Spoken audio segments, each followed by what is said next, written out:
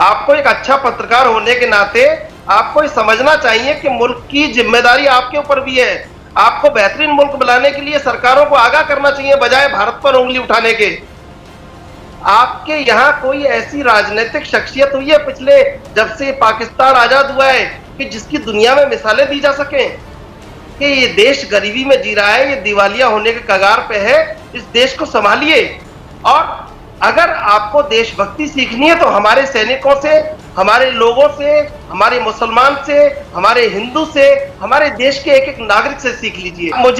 मुझे कोई आवश्यकता नहीं है कि आपकी डिबेट में कोई मैं जुड़ूं बार बार, लेकिन मैं अपनी बात कह देता हूं कि हम अपने देश के खिलाफ कुछ नहीं सुन सकते और ना कोई ऐसी बात सुन सकते हैं जो आप बिल्कुल बेमानी कर रहे हैं। We are being watched very closely, चाहे वो FATF है, चाहे वो IMF है, चाहे वो वर्ल्ड बैंक है, चाहे वो इस रीजन के मुमालिक है। मुआवजा आपका वाजपेयी की हुकूमत के साथ या मोदी की हुकूमत के साथ नहीं बनता, पिछली हुकूमतों के साथ कीजिए मुआवजा। मेरा फिर सवाल बनता है, हम पाकिस्तान में रहते हैं, हम ना इंडिया में रहते हैं ना बांग्लादेश में, हमें क्यों कंपेयर किया जाता है? आप अपनी इनकॉम्पिटेंसी का मुद्दा हमारे पे फिट कर देते हो।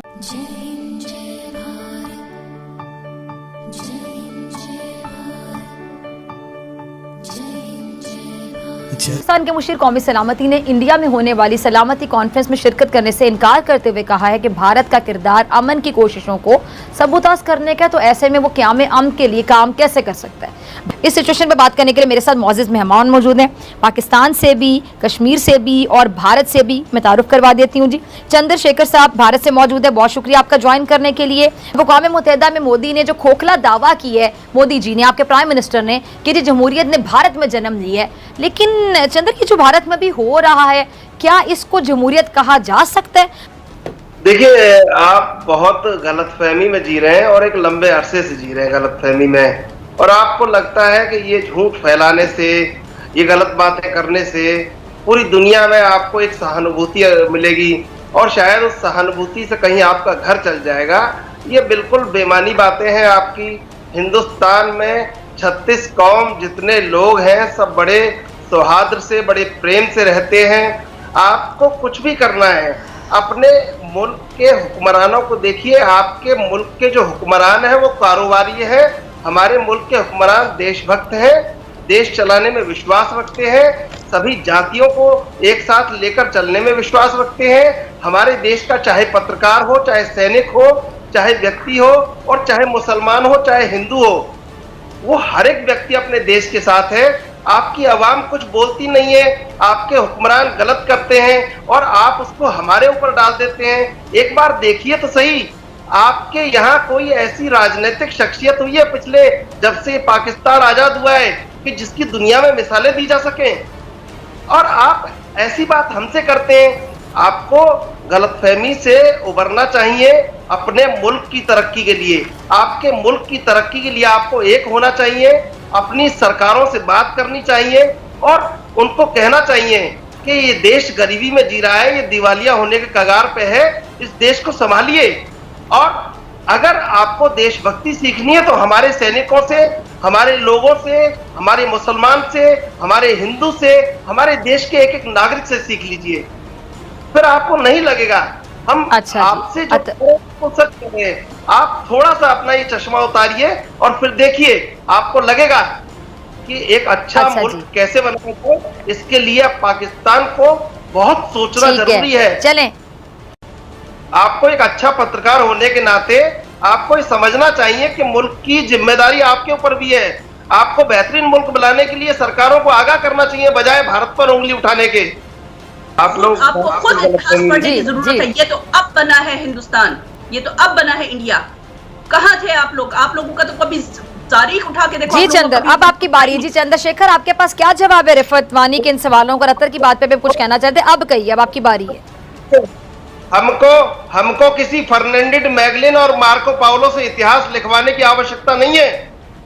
गिलगिट बाल्टिस्तान जो भारत का सिंहद्वार है और वहां से लेके वेनिस इटली 6500 किलोमीटर तक जिसको सिल्क रूट लिखवाया फर्नांडिस मैगलिन से और मार्को पाउलो से, उसको हम 5000 वर्ष 5 लाख वर्ष पहले उत्तरापथ बना चुके थे।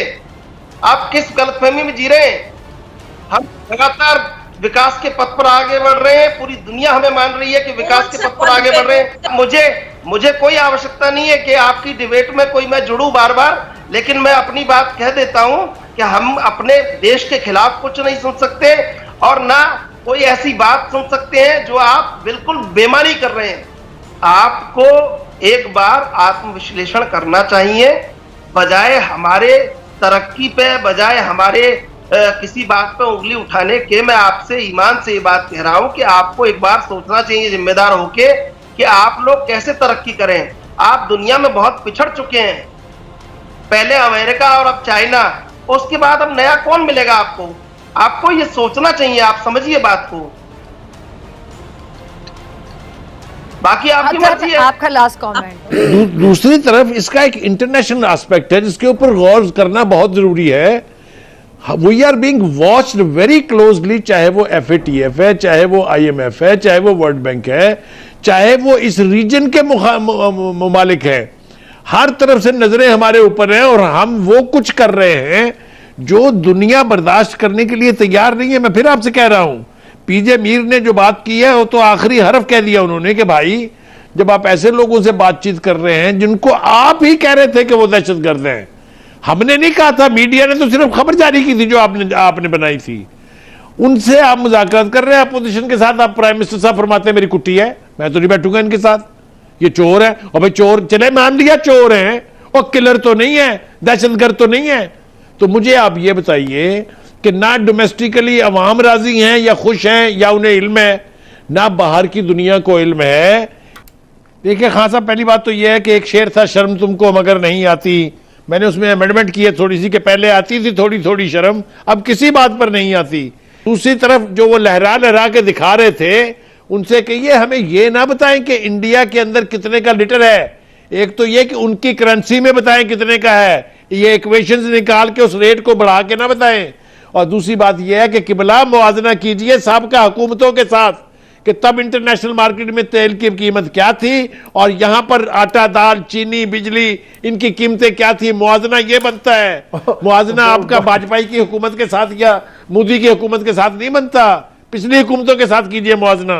और भाई अपनी नलायकियों का आप सारा कुछ अवाम पे क्यों डालते और फिर रेफरेंस के तौर पे दूसरे मुल्कों को देते हैं। मेरा फिर सवाल बनता है, हम पाकिस्तान में रहते हैं, हम ना इंडिया में रहते हैं ना बांग्लादेश में, हमें क्यों कंपेयर किया जाता है। आप अपनी इनकॉम्पिटेंसी का मुद्दा हमारे पे फिट कर देते हो। शेखर साहब भारत से मौजूद है, बहुत शुक्रिया आपका ज्वाइन करने के लिए। अक़वाम मुत्तहिदा में मोदी ने जो खोखला दावा की है, मोदी जी ने, आपके प्राइम मिनिस्टर ने, कि जी जमहूरियत ने भारत में जन्म ली है, लेकिन चंद्र की जो भारत में भी हो रहा है, क्या इसको जमहूरियत कहा जा सकता है?